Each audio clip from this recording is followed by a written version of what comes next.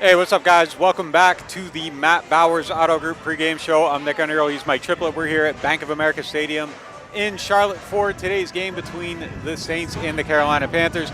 Saints obviously are trying to get back on track after losing their last 6 games. Derek Carr is back on the field. That's a big addition for this offense, but the Saints are down many quarterbacks.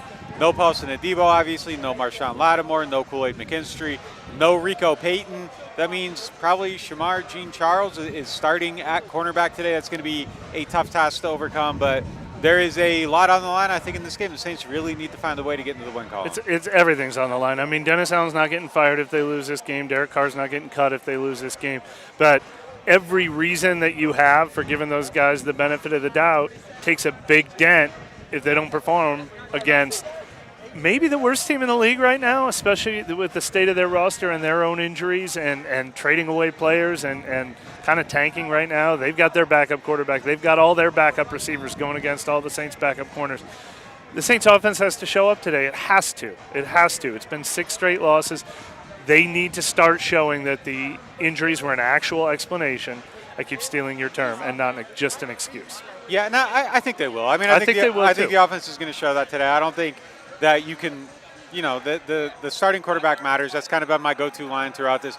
I think he does matter. I think he's going to come out here and they're going to look better and they're going to start building toward being probably what we saw earlier in the season. But I do think it is urgent for them to find a way to win a game, just for the health of their clubhouse, the health of their locker room, to not start showing up to work and having a bad attitude about it and all that stuff. I think all that stuff is very real. And, I do think that there's probably a feeling of you look around and now you see some guys back, so the expectation is that you're going to win some games. This situation at corner we're going to talk about in a minute, I mean, I do think it is kind of dire. I mean, it should be a red alarm situation. It's just I think we've all become so used to them being injured that, it just feels like part of life. But that's something they have to solve. And to me, that is really a very, very red alarm situation. You have 5 guys, I think, today out with soft tissues. That isn't okay. This is not okay for this to be happening every single week. And I don't know that you can find the solution midseason. You can't fire your whole training staff in week 9 and get the right guys in here. People that are good at those jobs typically have jobs, and you're trying to get people to come from, different places to take over. But they have to find a way to do it. And I know DA mentioned last week they're going to start looking at their hydration, and they're going to start looking at stretching and regimens and stuff I don't know what else you do midseason to fix that, but I think the issue starts earlier on. There is something endemic here going on. It is a very, very bad. It's a very bad situation. Something they have to figure out. And I think there is a huge target on the training staff's back right now just because of what's going on. It's a results-oriented thing. It's not a matter of opinion. Guys aren't on the field. They aren't available to play. They're getting hurt on Thursday and not playing Sunday. That is not okay. I mean, it is a bad situation. It's wild. I've never seen anything like that. I've seen a lot of injury seasons, and I don't even know for sure. It feels like the guys who've been hurt matter as much as any injury season ever that I've ever covered.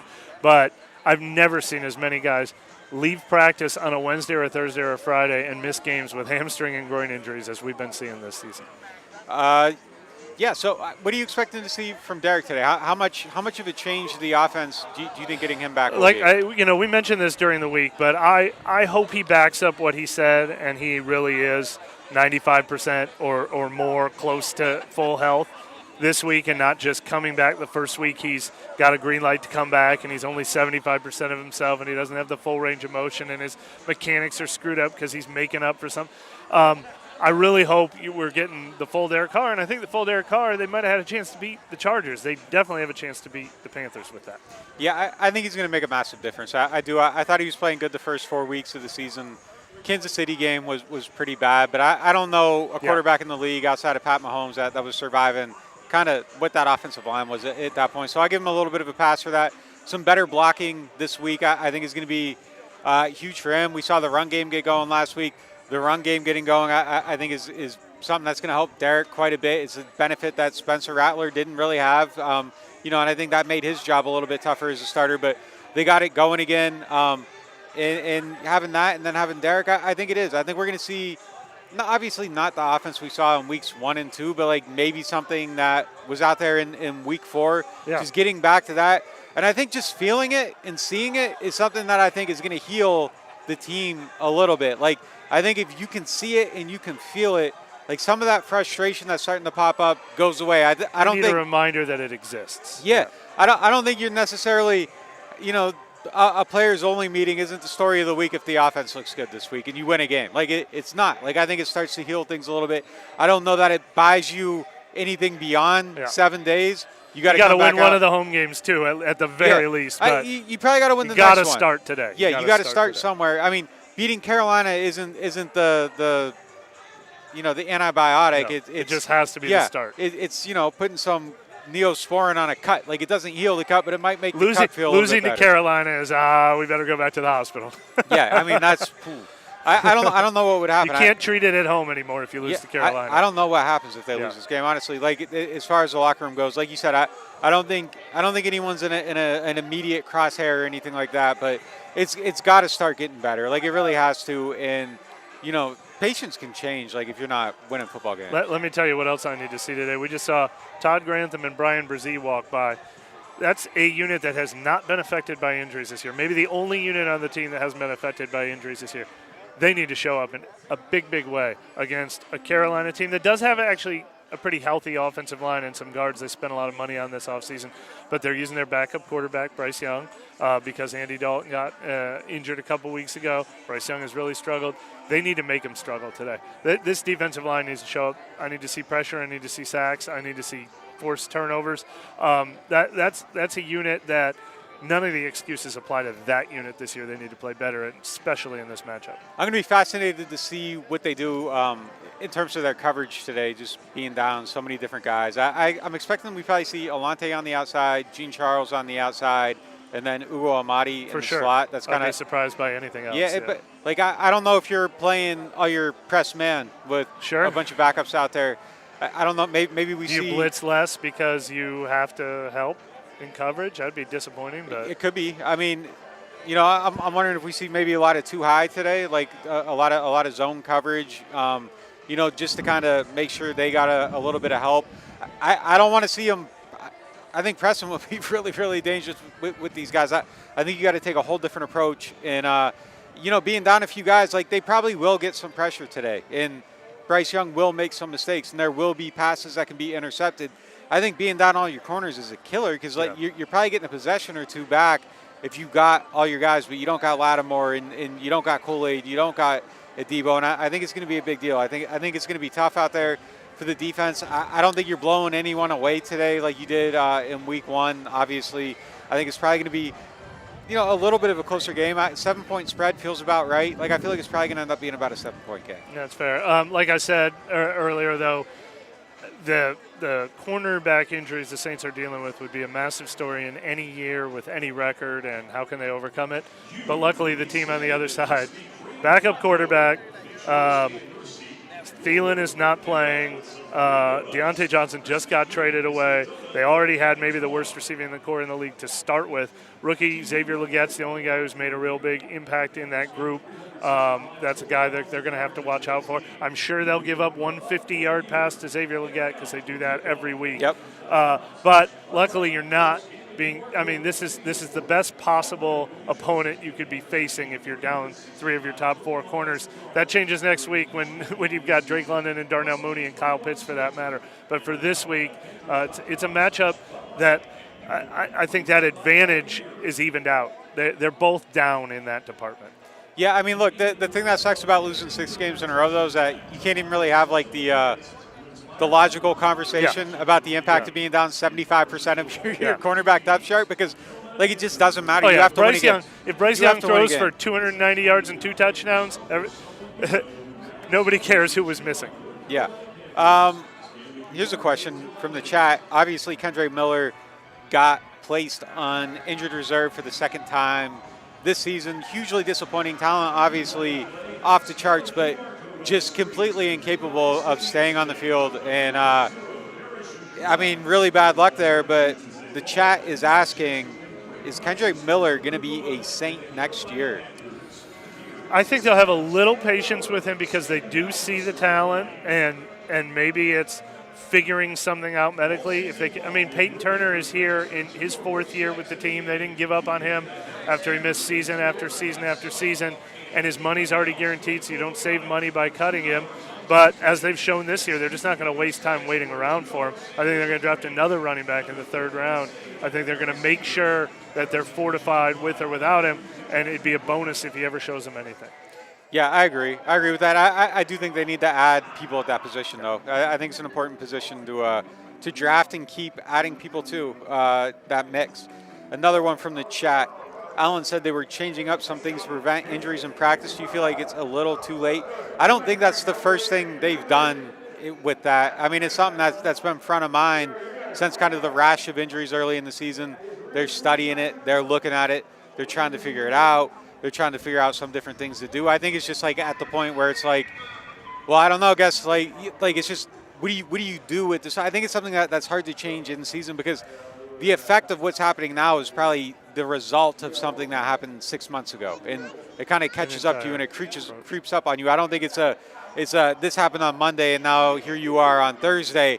I think probably your program in and of itself, whatever changes you made to that back in January, you're seeing the effect of that in October, November, December, and I think that's probably where it's at. It's so interesting, not to give this organization a pass because it's derailing this organization, but they looked at it as they wanted to modernize and innovate, when they kind of had an old school training approach in the past. They brought in Matt Ray, who was an innovative sports science kind of guy who was doing really good things and had good results at Alabama, which might as well be an NFL program. And we're really happy with the results of the first couple of years. So it's not like it had eroded for years and they just didn't look at it. This is hitting them like an ambush this year. They're taking it very seriously, but they didn't see it coming, and I'm not sure that they definitely should have seen it coming. Obviously, you want to say they should have seen it coming, but they absolutely have to figure out what went wrong. Yeah, I agree with that. Everything you said. Another one in here. There are reports that the Saints will become sellers at the trade deadline with the loss today. Are you buying those reports? No, I'm not buying the idea of like them selling. Take everyone. Everything. I think if the right offer comes from Marshawn Lattimore gets traded. But I don't think they're even out like, hey, we have to trade this guy. If somebody comes and says we're taking him and we're giving you this thing that you are happy taking, I could see him going. But I don't even buy the notion that they're out here, hey, we're trying to offload Marshawn. Yeah. What do you got? Oh, Detroit offered this. Kansas City. I think they're just fielding calls and waiting to see if someone makes a strong enough offer. To make it clear, though, if they lose this game, I would be selling. I would be selling everybody, and but we just know that's not how. Yeah, they aren't going to do it. They aren't going to do it. So no, we are not buying on that. How strongly are the Chiefs pushing for a Lattimore trade? I mean, there's been calls, but I don't get the sense that anything's even close at this point. So yeah, I mean, I don't think there's going to be a huge amount of action at the trade deadline. I don't think there'll be buyers or anything though either. I don't get the sense that that's coming, but yeah, I don't see it kind of going that way. Give me your top 1, 2, 3 things for this game today for them to get a win. I need to see the defense look like it looked at LA. I kept trying to want to say San Diego. I was trying to figure out how to word it. In that they came out with energy, they came out with pride. They made it look like the 3-game avalanche of 3 games in 11 days when they were on the field the whole time and things were going bad. Might have been a little bit of fluke. They need to double down on that, improve that today. I mean, it has to be energy, not missed tackling, not laying down, not having Richard Sherman watch the game and think they're quitting. Yeah. I need to see that on defense. And then I need to see a major resurrection on offense. I mean, I need to see like 3 touchdown drives or, 20-some points. I don't want to see a 16-13 win from the offense. I want to see, now that the offense has its quarterback and 4 of its starting offensive linemen and Chris Olave and Taysom Hill, the offense will look like it looked in weeks 3 and 4 at the very least again. I'm not going to put weeks 1 and 2 on them, but it's all about the offense. I need to see the offense back today. Yeah, I got to see some light from them. I think it's imperative. Just again for the health of the team, you have to play well to get that figured out. We're kind of getting the wrap it up button here from the guy working the field. So we'll kind of wind down here. To me, though, like if they lose this game, it's a nightmare. Dire. It's a nightmare. It's a nightmare scenario. We'll be sitting right here in 9 hours. I don't know math, but we'll be sitting here, and it'll be hard to have any optimism if they lose. I need some new things to talk about. Yeah. I mean, this has been brutal. It's been the same thing over and over and over. You got the quarterback back. You're healthy on offense. Like, shows away, but like you let a little steam off it, and the top of the pan isn't ready to blow off, and that's where they need to be with that. It's really funny. The last time we were at this point with there's no more excuses. Time's run out. Like, you can't say anything. Was before they played Carolina last year on the heels of whatever it was, a 3-game losing streak, and they came out and did what they were supposed to against Carolina and just bought a little extra time. That's what they have to do today. All right, we're going to see that. We got your coverage on the site, the live blog. Make sure you're on that all throughout the game. We're giving our analysis on there. Some of the people asked about where do you watch your stuff for Twitter versus that. I'll make sure that I'm putting everything in there first. But there's a lot more that goes in the chat that doesn't go on Twitter. So if you aren't signed up for the site, make sure you do that. Me and Michael have our stories after the game, and then probably about 7:30 Central, 7 o'clock Central, we'll be back from the field live exclusively for NOF members, breaking down this game, talking about what we saw, what we heard in the locker room, and all that. So make sure you sign up for the site. Do that today, NewOrleans.Football/subscribe. All the best news and analysis, and that's going to do it for us here on this abbreviated version of the pregame show. Not sure why we're getting the boot, but we're getting the boot. So we're going to get out of here, and then we're going to get up there, and we'll be on the block. So just catch us there, and we'll keep the conversation going.